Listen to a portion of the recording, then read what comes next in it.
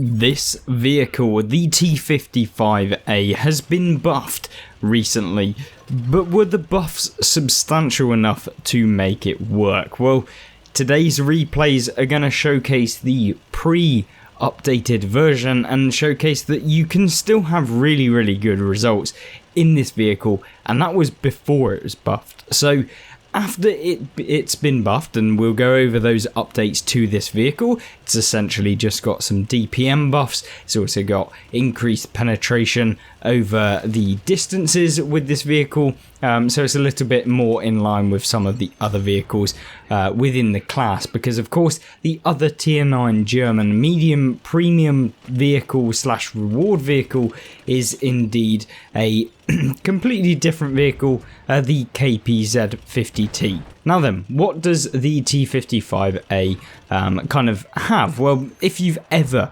played any of the vehicles within the Soviet medium tech tree, you probably know exactly what this hull armor and what the tank generally will play like, because it is very much like a T54, except to be honest with you, it just doesn't get the penetration that the T54 has. There's a few things that are a little bit lacking on this vehicle over the tech tree counterpart, which I'm not entirely sure is necessarily worse than this premium version. So it wouldn't be like Wargaming to actually introduce a tank that is actually worse than the tech tree counterpart, would it?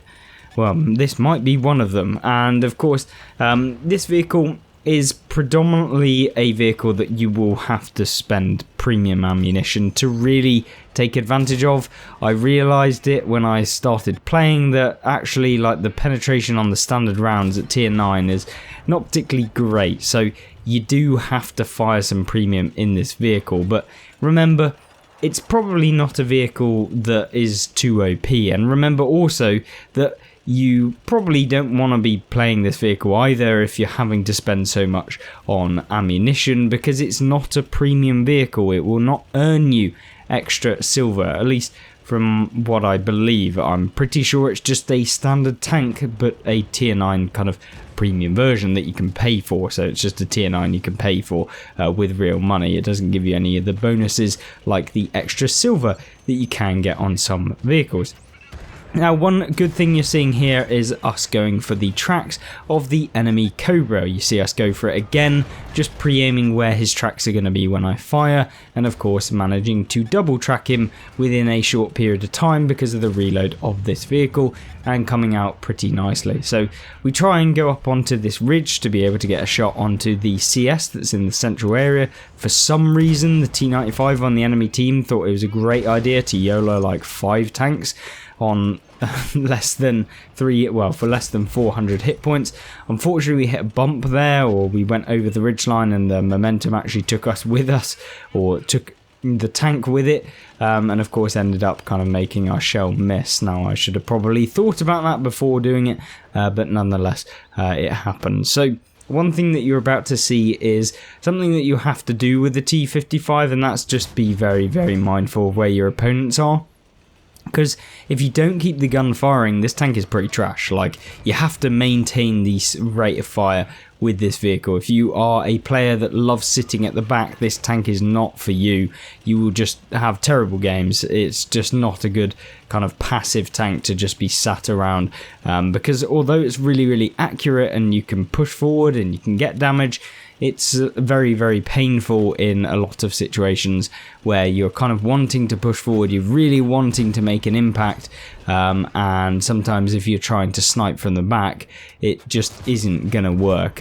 Whereas when you do get aggressive, sometimes the armor model can work on this vehicle. I'm not going to say it does every single time, because that would be a lie. The armor model definitely gets penned all of the time by a lot of people just going straight through the upper plate, if not just going through the turret armor. So although it is a medium that has a little bit more armor than most, it's still not fantastic, and we get very lucky with the shot there on the T54E1, which was a nice one, and unfortunately didn't get another one into him. There is of course a Jaegeru and the enemy artillery still left alive on their team, and we're pushing in towards the artillery piece because we love removing them from the game. I'm pretty sure everyone that's played World of Tanks console loves removing artillery from the game. We even load a HE to guarantee extra damage on him. And unfortunately for us, it doesn't work out all too well, because then we have to fire the HE at the Jaeger. I fired it as tracks, hoping, you know what, maybe we'll be able to just damage the tracks. We put a lovely round into the back of the Jaeger, and then what we do is try and get the final shot into the back. Unfortunately not the case, but a really good game in general for the T55A. Not the most outrageous, but 3,930 damage, 1,655 base experience with a decent chunk of assistance. 2,010 is a fairly good result. 5,900 combined damage, which you can't sniff at, but I was definitely feeling a little bit triggered after playing multiple games in this vehicle. I just could not find out the way to consistently deal that sort of damage, so I mean, make of that what you will. Let's jump into the next gameplay before we end up the video showcasing on a more kind of hilly map where you have to go and deal with ridge lines. Right then, so it is of course Sand River, the hilly map, and it doesn't have to be played as a hilly map, but if you kind of want to have a great game, you typically can't go through the middle of the map, because, you know, everything could go wrong left and right of you, and that kind of dictates how well you're going to have a good game. So what we do instead is we go over to the sand dunes, and I wouldn't recommend it if you don't have the gun depression, but remember this vehicle has now got 6 degrees of gun depression, I believe, compared to the 5, so I think it also got the buff like the Chinese light tanks, but I'm not entirely sure. Obviously you guys can check that out in the garage, but you know, the gun depression wasn't awful to the point where like it was unusable. Some of the vehicles that have 5 degrees of gun depression definitely are a little bit more unusable than this one. Now luckily we don't have that problem, but one thing that the enemy have a problem with is of course getting spotted, and with the DPM of this tank it really does feel much more rewarding than some of the other vehicles in the game at this tier as medium tanks, because you feel like you can track people, you feel like you can go after them. You're seeing me trying to go after the artillery piece in this game because, well, just removing the RT is always really nice. Unfortunately not able to actually hit him. I was just waiting to see some rounds come in. I actually now, upon looking at this, think that he was actually parked up on top of the hill. I'm not entirely sure, but obviously you guys can see where the artillery rounds were going in. This is something you should also do in your own games if you're trying to improve and get better. Is like, you know, when you're seeing artillery, if you can, you shouldn't be like going out of your way to just try and YOLO the artillery piece on the enemy team, but you can certainly, at least in this sort of position where you've got nothing else to shoot and the artillery is constantly firing, causing traces and stuff like that, then yeah, why not try and go for him? The KPZ on the enemy team decides that, you know what, he doesn't want those hit points on his vehicle and decides to ram a Chrysler K who was on like 10 hit points and loses 500 in return. Yeah, what a great trade by the enemy KPZ. Now, this is not a good scenario. The enemy team have got pretty much all of the map control. Our team have got pretty much none, and we're in a position that requires a little bit of gun depression, which we don't have. So you're going to see how this vehicle fares in not the ideal scenario, because let's be honest, pretty much all of the time is not an ideal scenario on World of Tanks. So yes, I could showcase some of these games that are like beyond ridiculous, where everything goes right. You get the right map, you get the right tanks on the enemy team, you get the kind of right luck or RNG, you know, it goes your way, you end up with an ammo rack and stuff like that. But that doesn't often happen, so we're all about actually keeping it real, and how you're probably going to end up playing this vehicle. Now, I'm not saying that I'm fantastic in the T55A, in fact far from it. It's probably a vehicle that I'm not very well suited for as a personal player, because I hate armor, or at least the sacrificing of armor for flexibility. So you see with the T55A is that you sacrifice the flexibility in the way of the gun depression. Yes, you might have damage per minute, but you gain this armor which I just don't find that usable. Like, there's not very many instances where the armor saves me over being able to, you know, pump 5 rounds into someone that's advancing using 10 degrees of gun depression, or overexposing myself in something like this and then ending up getting hit and taking damage instead. So yeah, there's kind of these things that you have to be aware of. And obviously the best players in the game will just use the tank in the best positions that are good for that respective tank. As I said before, I'm not the best player in the game, but I can have good results, and that's what these are going to showcase. But if you want to be super consistent, then you've got to make sure to kind of remain kind of spatially aware as to what you need to do. Obviously this game is terrible. It's 6 against 13, or it's, well, yeah, it is. So we've got to deal with 13 tanks using just this one, and if they all kind of YOLOing like the batch at 12T, I don't have a problem with it. But if they don't, it's not fun, because what we have is the enemy artillery, who's still alive. We didn't manage to actually hit him earlier. We've now got the KPZ, who keeps poking in a really annoying way. Like, he's not doing anything, but he's stopping me from dealing with the Concept 1B on the enemy team. He's stopping me from doing a few other things as well.